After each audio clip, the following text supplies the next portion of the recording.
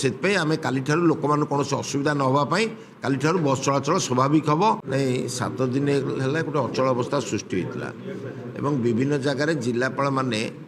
आमर जिला को चलाऊ गाड़ी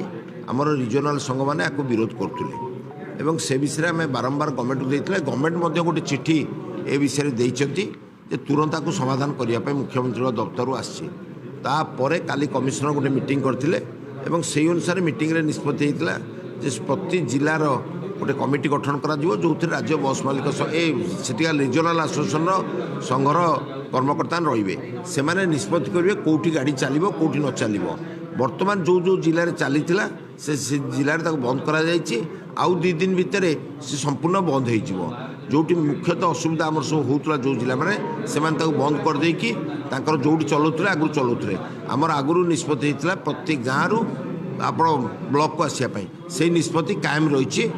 सहित फर्दर कौटी चलो कि न चलो से टीएलसी कमिटी बस द्वितीय पर्यायटा चलो कि न चलो से बसिकी से निष्पत्ति कर जनइबे जदि भितर सहमति नहब ताहले से कमिशनर पाखे अपील हम कमिशनर ताको शुणे बोली काली निष्पत्ति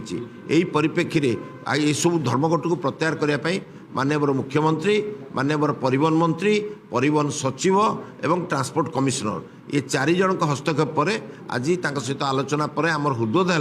है से आम काली लोक मान कौन असुविधा न होगापाई काली बस चलाचल स्वाभाविक हम आमर बस धर्मघट काली हम ना।